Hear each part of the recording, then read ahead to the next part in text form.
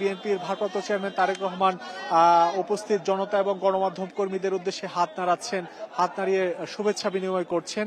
এরকম শুভেচ্ছা বিনিময় করা বা হাত নাড়িয়ে উপস্থিত নেতাকর্মীদের উদ্দেশ্যে তিনি বেশ কয়েক জায়গায় হাত নাড়াবেন। আমরা যে বিষয়টি লক্ষ্য করছি যে এখানে আসলে এই তারেক রহমানের এই গাড়ি বহরে কিন্তু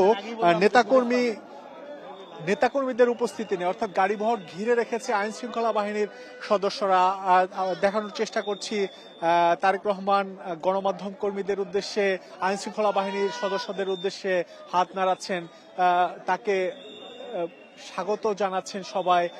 ধীরে ধীরে তারেক রহমানকে বহনকারী যে তিনি সবার সামনে তার নির্ধারিত যেই সিটের একেবারে সামনে কিন্তু তিনি রয়েছেন এবং সেখানে তিনি বসে, অর্থাৎ সামনে থেকে তিনি দেখার চেষ্টা করছেন। দেখুন, এইখানে কিন্তু আমাদের সহকর্মীরা মাঠ থেকে বলছিলেন, যারা সেখানে নেতাকর্মীরা আসছেন তারা একটা চমৎকার ব্যাখ্যা দিয়েছেন যে এখানে দুই ধরনের বিষয়। একটি হচ্ছে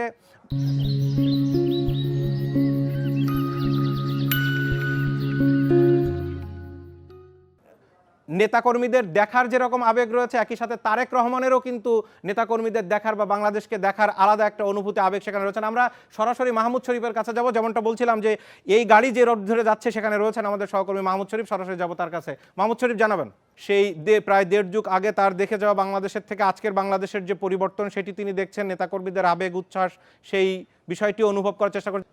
দেখতে পাচ্ছেন কড়া নিরাপত্তার মধ্য দিয়ে, নিরাপত্তার নিশ্চিত চাদরে ঢাকা তারেক রহমানের গাড়ি বহর রওনা হবে।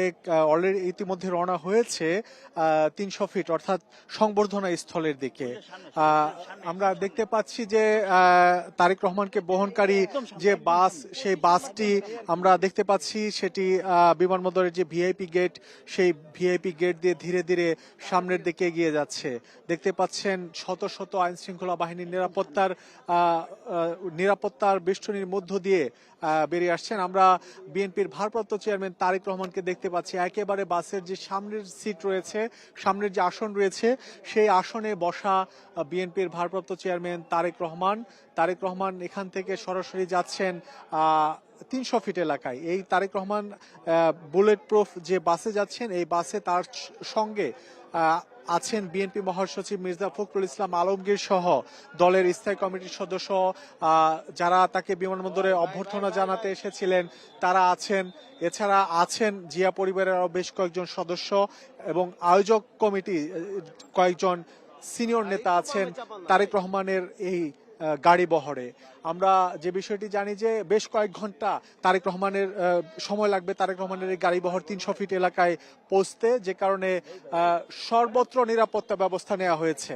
অর্থাৎ এখানে শুধু বিমানবন্দরের যে নিরাপত্তা ব্যবস্থা এটি নয়, পুরো এলাকা, এই বিমানবন্দরের যে ভিআইপি গেট রয়েছে, ভিআইপি গেট থেকে শুরু করে একেবারে 300 ফিট যাবার পর্যন্ত, এরপরে এভারকেয়ার হাসপাতাল, এরপরে আমরা জানি যে তিনি এভারকেয়ার হাসপাতালে ঘণ্টাখানিক অবস্থান করবেন, এরপরে তার মাকে দেখতে যাবেন, এভারকেয়ার হাসপাতালে অসুস্থ মাকে দেখতে যাবেন।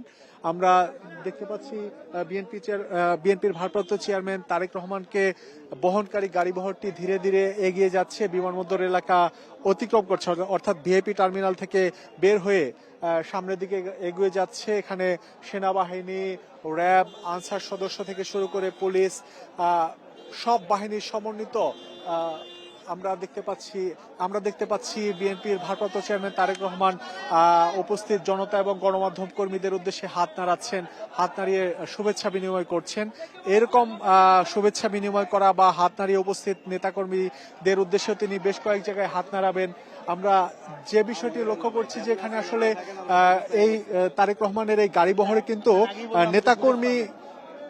নেতাকর্মীদের উপস্থিতি নেই, অর্থাৎ গাড়িবহর ঘিরে রেখেছে আইন শৃঙ্খলা বাহিনীর সদস্যরা।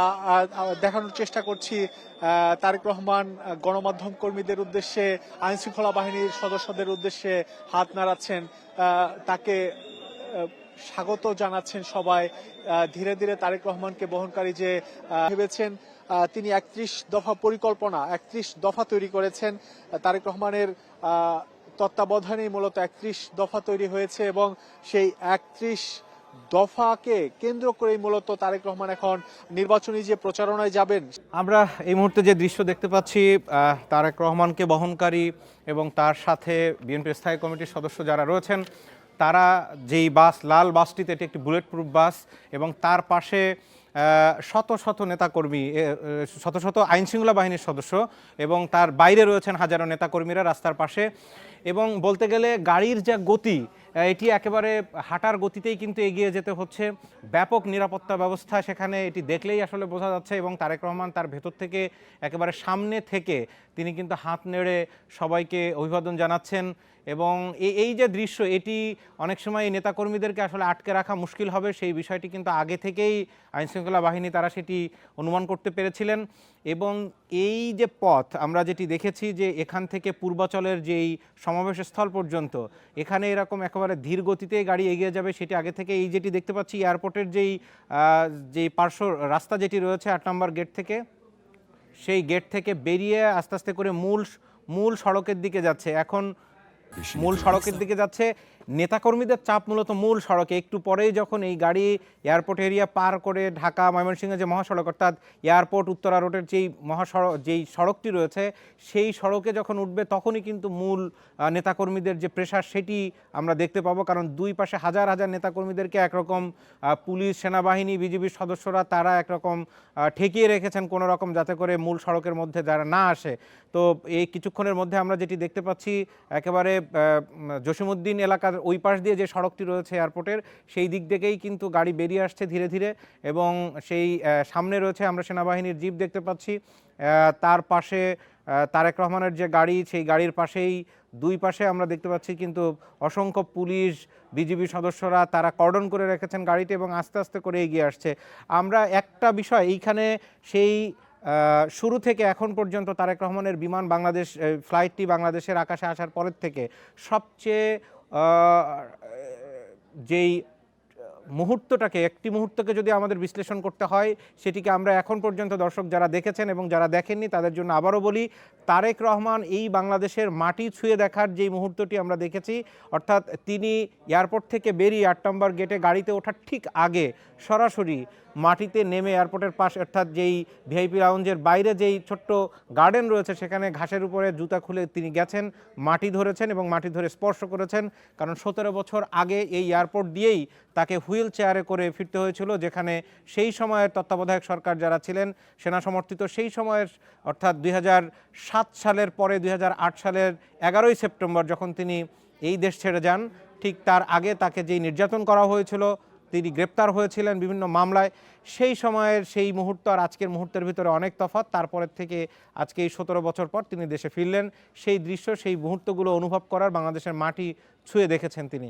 তো সেই মুহূর্তটা আমরা দেখেছি, সেই মুহূর্তের সাক্ষী বিএনপির নেতাকর্মীরা অনেকেই হয়েছেন। এবং একটু পরে আমরা যেটি দেখতে পাবো, যে মূল সড়ক